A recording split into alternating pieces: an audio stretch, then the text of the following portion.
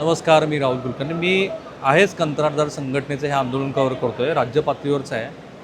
एक जी सांगलीत आत्महत्या झाली होती त्याच्यानंतर आम्ही खूप सरकारला प्रश्न विचारले आणि सरकारनं त्याला खुबीनं सबलेट केलेलं टेंडर आहे, काही खरंच नाही वगैरे असं म्हटलं. आता ज्यांना आठवतं की नितीन गडकरी हे बांधकाम मंत्री असताना त्यांनी एक फार दूरगामी परिणाम करणारा निर्णय घेतला. ते म्हणजे राज्यभरातल्या अभियांत्रिकी असलेल्या मंडळींसाठी कंत्राटदाराची दारं खुलं केली, कारण नोकऱ्या मिळत नव्हत्या. भूकंप जेव्हा झाला होता त्यावेळेला मोठ्या संख्येनं हे अभियांत्रिकी तरुण शासकीय सेवेमध्ये आले आणि जे नव्हते आले त्यांना कंत्राटं घ्या असं सांगितलं. आता ही जी इकोसिस्टीम आहे ना, त्या इकोसिस्टीममध्ये आत्ता बिलं थकल्याचा खूप मोठा परिणाम होतो आहे. लग्न होत आहेत का पोराची? नाही नाही. नाही सर, काय होत नाही. कारण काय आम्ही आमचं तुझं सगळं तर झालं भांडवल- का नाही? नाही झालेलं हां. नाहीच झालेलं. किती वय आहे? 30.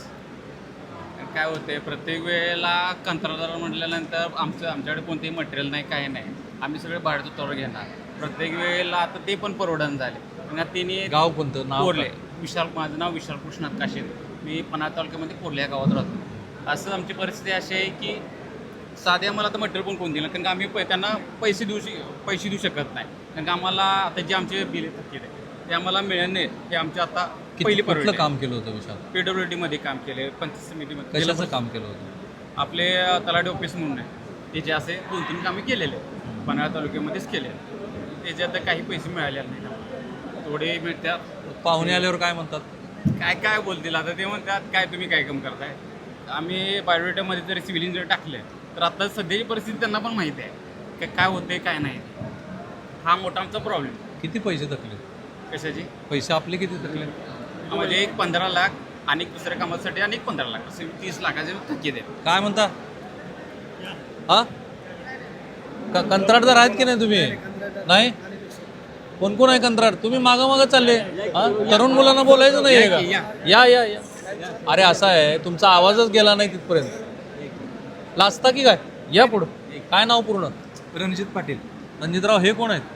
कंत्राटदारच आहेत. नाव काय त्यांचं? लाजायला लागलेत का? लाजावी अशीच परिस्थिती आहे. मुलाची लग्न होत नाहीत असं अनेक जण सांगतात मला. खरं आहे का नाही? होय, खरं आहे. एकतर बेरोजगार म्हणून आम्ही कंत्राटदार नोंदणी केली आहे, सुशिक्षित बेरोजगार म्हणून. आणि त्याच्यानंतरनं त्यांना पण काम नाही आणि त्यांच्या कामाला काम जर भेटलं तर त्यांना निधी नाही.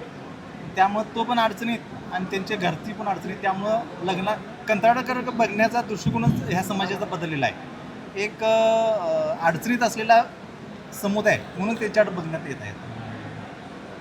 तुमची काय परिस्थिती आहे? कुठं काम केलं होतं? मी JJM काम केले सर. माझ्या जलजीवन. जलजीवन मिशनमध्ये काम केले. 2 माझ्या योजना कंप्लीट झाल्यात. जवळजवळ 1.5 वर्ष झालं मी बिल सबमिट करून. पेमेंटच अजून आलेलं नाही. किती चक्रा मारल्या? मी आता साधारणतः महिन्यातनं 2 महिन्यात मी आहेच जिल्हा परिषदला. पैसे येणार म्हणतात खरं पुढं ढकलतात, पैसे येणार म्हणतात खरं पुढं ढकलतात. खरं ठोस काय निर्णय त्याच्यावर झालेलंच नाही आतापर्यंत. कठीण परिस्थिती. माझं नाव विशाल खोत. मी शासनाकडे सुशिक्षित बेरोजगार अभियंता या सवलतीअंतर्गत नोंदणी करून कंत्राटदार म्हणून काम करतो. शासनाकडे या गेल्या 3-4 वर्षात मी विविध योजनेतली कामं केलेली आहेत. साधारणतः शासनाकडे माझे 2,40,00,000 रुपयाचं बिल थकीत आहे. त्याच्यासाठी मी बँकेकडनं 1,60,00,000 रुपयाचं कर्ज काढलेलं आहे. त्या बँकेचे हप्ते भरताना आता माझं मिळणारं प्रॉफिट तर गेलेच, पण हा हे भांडवलसुद्धा जाऊन आम्ही रस्त्यावर येईल याची शासनानं पूर्णतः तरतूद केलेली आहे असं दिसते आम्हाला. म्हणजे शासनानं ज्या योजनेतनं आम्हाला बेरोजगार म्हणून आम्हाला अभियंता म्हणून सवलत म्हणून नोंदणी दिली आणि पूर्णतः आम्हाला बेरोजगारच करायचं ठरवले, असंच एक स्पष्ट चित्र उभा असे राहते. महाराष्ट्रात किती तरुण असतील? असे महाराष्ट्रात साधारणतः लाखोनं तरुण आहेत जे सध्या सिव्हिल इंजिनियर म्हणून अभ्यास करतात, डिप्लोमा पास करतात किंवा डिग्री पास करतात. त्यांना सवलतीअंतर्गत नोंदणी देतात 1.5 कोटीपर्यंतची. त्यांच्याकडे ना भांडवल आहे, ना पैसा आहे, ना मशिनरी आहेत कुठलेही. त्या अद्यावत कुठलेही नाही, त्यांच्याकडे स्टाफ नाही आहे. ती लोक व्यवसायात यायचं, स्वतःचा काहीतरी व्यवसाय करायचा म्हणून या योजनेअंतर्गत भाग घेतात आणि कंत्राटं शासनाची घेतात. शासन पण खिरापती वाटल्यासारखं कंत्राटं वाटते त्यांना की या घ्या, फुकट योजनेअंतर्गत तुम्हाला कंत्राट दिले, पण त्यासाठी पैसे तर आमच्याकडे नसतातच. भांडवल म्हणून दुसऱ्याकडनं हात उसने करायचे, घरातल्यांच्याकडनं पैसे उचलायचे, नातेवाईकांच्याकडनं घ्यायचे. आणि ते पैसे जर वेळेत नाही मिळाले आम्हाला तर आम्हाला मिळणारा नफा तर सोडा, पण घेतलेले पैसे नातेवाईकांच्यासुद्धा वेळेत परत देता येत नाही. आणि ते देताना सुद्धा शासनाकडे आम्ही केलेले 100 रुपयाचं आम्हाला वाटण्यात तुकडे करून पैसे देतात, 10 रुपये 20 रुपये करून. ते पैसे देताना आम्हाला 120 रुपये द्यावे लागतात, पण आम्हाला मिळणार आहे 100 रुपये. म्हणजे खऱ्या अर्थानं शासन या सुशिक्षित बेरोजगार अभियंत्याला बेरोजगारच करून ठेवले असं आमचं स्पष्ट मत आहे. तुमच्यावर खाजगी कर्ज किती आहे? माझ्यावर खाजगी कर्ज 30 लाख रुपयाचं आहे. किती व्याजाने? 10% व्याजावरती.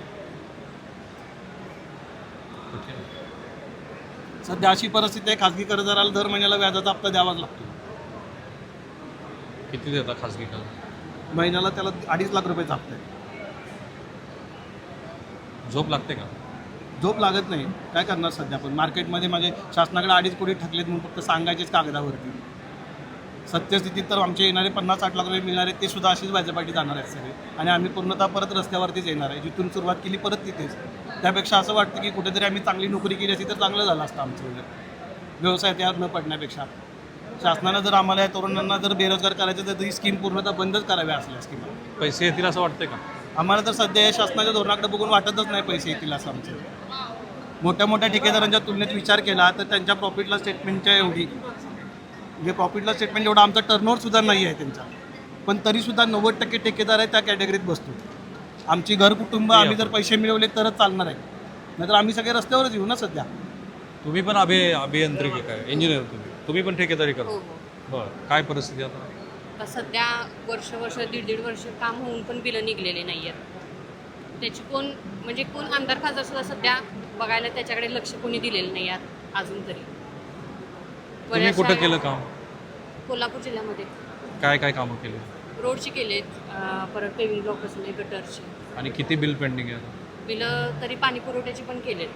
सध्या पाणी पुरवठ्याला पण जवळजवळ एक 50-60 लाखाची बिलं पेंडिंग आहे. 60 लाख? हो. आणि बाकी बाकी PWDला थोडीशी आहे, 5-6 लाखाची. बाकी बँकेचं कर्ज किती बँकेचं कर्ज तरी 35 लाखाचं. आणि खाजगी कर्ज किती? खाजगी 10-15 लाखाचं कर्ज आहे. व्याजाने घेतले किती टक्के? 2%. का केलं धाडस आहे? आता दुसरीकडे सध्या बघायला गेलं तर नोकऱ्या, सरकारी नोकरी जरी बघायला गेलं तर तिथं सुद्धा मराठ्यांना आरक्षण, म्हणजे बघताय तुम्ही परिस्थिती कशी आहे. मराठ्यांना प्रिऑरिटीच नाही आहे कुठं.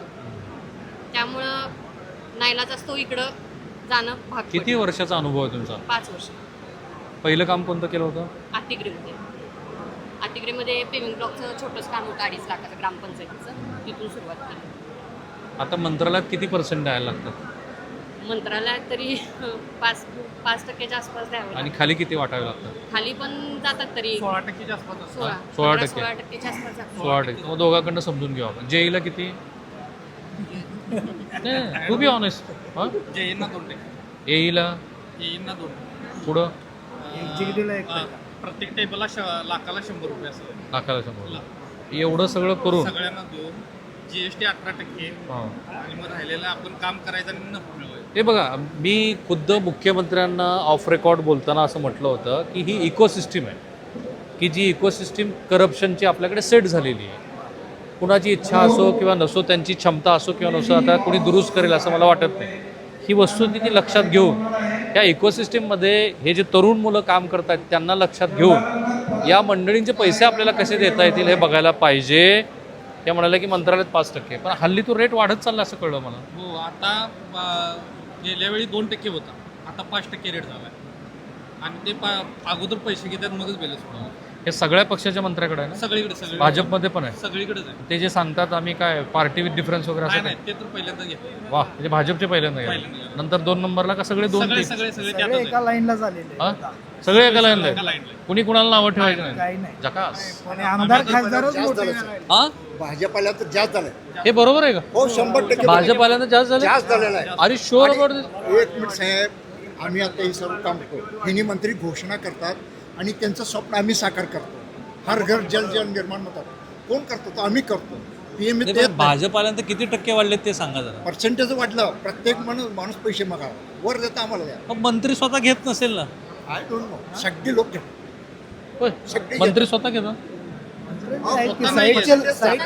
जाते वाटप आहे सर. हा पाठवावं लागतं. सगळे घेतात. एक असे घेतात पण आणि आहेत की ज्यांच्याकडून म्हणजे ते स्वतः घेत नाहीत, पण त्यांच्या असते परत. नावाने बाकीचे लोक घेतात. काही कार्यकर्ते पण घेतात त्यांचे. तुमचं कर्ज किती आहे व्याज? थांबा एक. 60 लाख रुपये. तुमच्यावर कर्ज किती आहे?